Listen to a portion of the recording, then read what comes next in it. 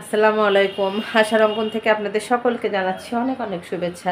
আশা করছি সবাই ভালো আছেন। আলহামদুলিল্লাহ আমিও ভালো আছি। এখন বাজে একদম, ঘড়িটা কেন দেখাচ্ছি পরে বলি, কাটায় কাটায় আড়াইটার একটু বেশি। ওদিকে অন্ধকার তো দেখা যাচ্ছে না, আড়াইটার একটু বেশি। আমি মনে হয় ঘুম থেকে উঠছি 12টায়। সাহেব বাসা থেকে বের হয়ে গেছে মনে হয় 8টা কি 8:30টায়, নাস্তা করে নাই আজকে। আমি উঠে দেখি যে সাহেব বাসায় নেই, বাইরে চলে গেছে। তো যাই হোক, ছেলেদেরও স্কুল ছিল না, তারাও দেরিতে উঠতে, যেহেতু আমি রোজা এ কারণে আমি একটু মানে এমনিতেই দেরিতে উঠি। তারপর আরও খালা লাইট টাইট ফ্যান ট্যান কিচ্ছু দেওয়া নাই। তো যাই হোক, অনেক দেরিতে উঠছি। প্রতিদিন যে এক টাইম মেনটেন করতে হবে তা মানে এর কোনো মানে নাই। একটু ফ্যান দেই, ফ্যান না দিলে খালা আবার রান্নাঘর মুছে দিচ্ছে। আজকে মনে হচ্ছিলো যে একটু মানে নিয়ম ভাঙ্গি, সবসময় যে এক নিয়মে থাকতে হবে এর কোনো মানে হয় না।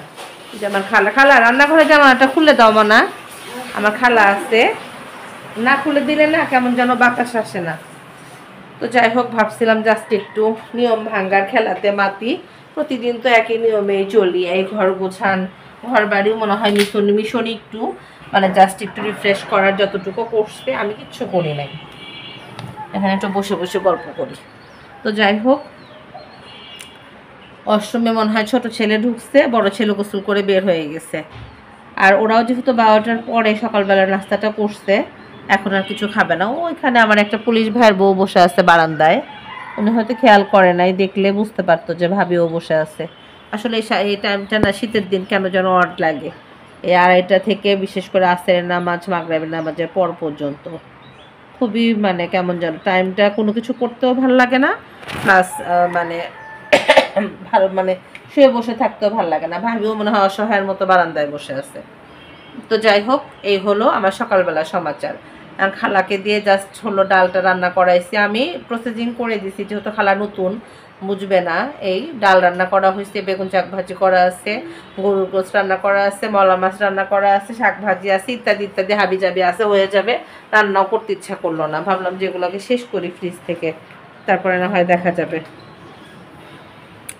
এই হলো আমার সকালবেলার সমাচার। আর সাহেব বাসা থেকে বাইরে থেকে আসলে তারপর লাঞ্চ করলে ওদের হয়তো 3 বাবা ছেলেকে একসাথে দুপুরের লাঞ্চটা সার্ভ করে দেবো ইনশাল্লাহ।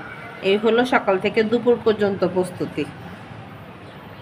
সন্ধ্যার পর ইফতার করে নামাজ শেষ করে বাচ্চাদের চা দিয়ে যাচ্ছি একটু নিচে। বিকালবেলা প্লাস ইফতারের সময় ভিডিও আর ধরা হয় নাই, কারণ যেহেতু সাহেব বাসায় নেই, ভালো লাগতেছিল না, কেমন যেন ঘুমায় গেছি। উঠে দেখি যে একদম আসরের নামাজে রক্ত শেষ হয়েই গেছে মনে হয়, তারপরে উঠে পড়ছি। তো যাই হোক, এই যে আমার টেবিল সব এলোমেলো। মাহিন, তোমার আব্বুর খাবার সব রান্নাঘরে রেডি আছে, হ্যাঁ সব গরম করা আছে বলো। আর গরম না করা থাকলে তুমি একটু ওভেনে গরম করে দিও আব্বু, ঠান্ডা কিন্তু দিবা না, ঠিক আছে? আর তুমি পড়তে বসবা। কি করতেছো তুমি, ড্রয়ার গোছাচ্ছ? তোমার কিন্তু খালি মানে ড্রয়ার গোছানোর অভ্যাস হয়েছে, নানির কাছ থেকে শিখছো, ভালো হয়েছে। কিন্তু এখন নতুন বই নিয়ে আসছি না আম্মু, এখনই পড়তে বসবা, ওকে ঠিক আছে? হুম, কিন্তু শুনছি, কিন্তু পড়তে না বসলে কিন্তু আম্মু বুঝতে পারবো যে তুমি পড়তে বসো নাই, ঠিক আছে? যে 3টা বই দিচ্ছে ওই 3টা বই তুমি ইয়া করো না, এখানে মধ্যে পরিষ্কার করা হয় না, পা উঠায়ও না। যে 3টা আম্মুর আসতে খুব একটা বেশি দেরি হবে না, আম্মু কাজ শেষ হলে চলে আসবো। ওকে বাবা, আল্লাহ হাফেজ। ওকে, ফিয়ামানিল্লাহ, আল্লাহ হাফেজ। তো যাই হোক, আমি যাচ্ছি একটু নিচে, খুব এমার্জেন্সিতে, মানে না গেলেই হতো না, টায়ার্ড লাগতেছে। আম্মা শুনলে রাগ করবে, কারণ আম্মা সবসময় চায় যে ইফতারের পর মিনিমাম 1 ঘন্টা কোথাও বের না হতে। আল্লাহ হাফেজ বাবা, টেনশন করো না, আমি চলে আসবো। মানে 2 বাচ্চা যাওয়ার সময় মনে হয় যে আমি মনে হয় আমেরিকা যাচ্ছি, এরকম দুজনেই সেভাবে। আল্লাহ হাফেজ, তাড়াতাড়ি আসো, সাবধানে আসো। তো যাই হোক, এই জিনিসগুলো এক সময় থাকবে না, ওরা ব্যস্ত হয়ে যাবে, এই কথাটা তো বারবারই বলি। আর ও যেটা বলতেছিলাম যে মার প্রত্যেকটা কথাই যত বয়স হচ্ছে তত মনে হয় যে আরো মানে কি বলবো, অক্ষরে অক্ষরে মানে ঠিক হচ্ছে। কালকে বাইরে গেছিলাম, বলছিল যে রোজা রাখলে ইফতার করার পরে মিনিমাম 1 ঘন্টা 1.5 ঘন্টা শুয়ে থাকলে পরে বের হতে হয়। বের হওয়ার পরে এই পরিমাণ খারাপ লাগছে তা বলার মতো না, প্রচন্ড পরিমাণে খারাপ লাগছে। তো যাই হোক, আজকে একটু এমার্জেন্সি, না বের হলেই না। ও তুমি চলে আসছো, এই যে বিশ্বরাপুর সাথে দেখা হয়ে গেল, অন্ধকার, এখানে একটা লাইট দরকার তাই না? এই যে তোমার গল্প করতে করতে নামতেছিলাম, এত দেরি করলা? মাহিনকে বলে আসছি সব গরম করা আছে, দুপুরবেলা খাও নাই না? হয়তো সব গরম করা আছে, আর যদি ঠান্ডা হয়ে থাকে মাহিন গরম করে দিবে বলছে। একটু হাই বলো আমার দর্শকদের। কলা হাতে আর ইয়া হাতে। তো যাই হোক আমি ঘুরে আসি তাহলে। হ্যাঁ, তো যাই হোক দেখা হয়ে গেল মিশুর আব্বুর সাথে। এখন আমি নিশ্চিন্ত, দুই ছেলে একদম পার্মানেন্টলি করতে বসবে। আমি আসলাম একটু বেস্ট বাইতে, যেহেতু আসছিলাম যে কাজে বেস্ট বাই শোরুমের পাশেই। তো এসে দেখে যে বেস্ট বাইতে খুব সুন্দর সুন্দর কয়েকটা জিনিস আমার পছন্দ হয়ে গেল। ওদের প্রোডাক্টগুলো সবসময় ভালো। এই তো ভাবলাম এটা কি ভাই থাকবে, সুন্দর না? এই পাপড়িগুলোকে থাকবে ভাইয়ের মধ্যে? কেন ভাইয়া? আপনার নেই নাই, আপনি চলে গেছিলেন অলরেডি, আর আমি এডিট করার সময় মানে চলে যাবে। এইটা পাপড়িটাকে থাকবে ভাইয়া ভিতরে? জি অবশ্যই। ও, এই যে মুখটা কি সুন্দর না, পাপড়িটা নাকি থাকবে ভাইয়া বলতেছে। আমার হচ্ছে খুব পছন্দ হয়েছে। দেখা যাক, কয়েকটা প্রোডাক্ট মানে নিব, ভাল লাগতেছে না। মনের মধ্যে খারাপ লাগলে আমি বেস্ট বাই, স্বপ্ন বা কি যেন বলে মিনা বাজার, তিনটার একটাই চলে যাই। তো আজকেও তাই করছি। এই আউটলেটটা অনেক বড়, অনেক বড়, বাট একটু আমাদের থেকে ব্যাক সাইড হয়েছে, আমাদের বাসা থেকে। এই হলো সমস্যা। ও বাবা, ফ্যানও আছে, সুন্দর সুন্দর ফ্যান। যারা যারা নতুন নতুন সংসার, তাদের জন্য অনেক বেটার হবে। কি সুন্দর না তিনটা ফ্যান? প্রাইজও কিন্তু খুব মানে রিজনেবলের মধ্যে।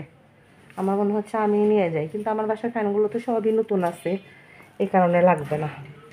আর এই যে পিচ্ছে একটা আলমারি, নতুন কিছু দেখলেই মনে হয় নেই নেই নেই, আমারই লাগবে আমারই লাগবে এরকম। বেস্ট বাই বলি, আরএফএল বলি, তারপরে টপার বলি, এগুলো তো সব ভাই বোন। তো যাই হোক, এই শোরুমটাতে মানে একটু আনকমন জিনিস বেশি পাওয়া যায়, বাট প্রাইসগুলো আমার কাছে একটু বেশি মনে হয় আর একটু রিজনেবল হলে ভালো হতো। যেমন আমি যে হাতে নিছি এটা, এই বলটা হলো জাস্ট ফালুদা সার্ভ করা যাবে, অন্য কিছু না। তো যাই হোক, মনে হচ্ছে আমার কাছে তাই।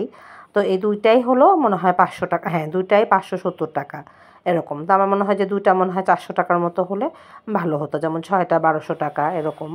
তো যাই হোক, আমি বললে তার হবে না, ওদের হয়তো একটা হিসাব নিকাশ থাকে। তবে জিনিসগুলো ভালো, আনকমন, খারাপ না। আর আজকে যে মগগুলো আসছে, মগগুলো দেখার মতো। এর আগে যে আসছিলাম সে মগগুলো ম্যাক্সিমাম আমার বাসায় ছিলই, বাট সে মানে এর মধ্যে তো আবার আমি এশিয়া বাণিজ্য মেলায় যে বাসায় পানি খাওয়ার মগ সব নিয়ে আসছি, এগুলো তো আবার 2-4 মাস যেতে হবে, 2-1 মাস যেতে হবে। তো যাই হোক, আবার আসলাম এদিকে যা দেখি তাই মনে হয় আমার লাগবে। তো মিশুর আব্বুর জন্য একটা চার পছন্দ হলো, সে একটু লম্বা কোনো কিছু পছন্দ করে।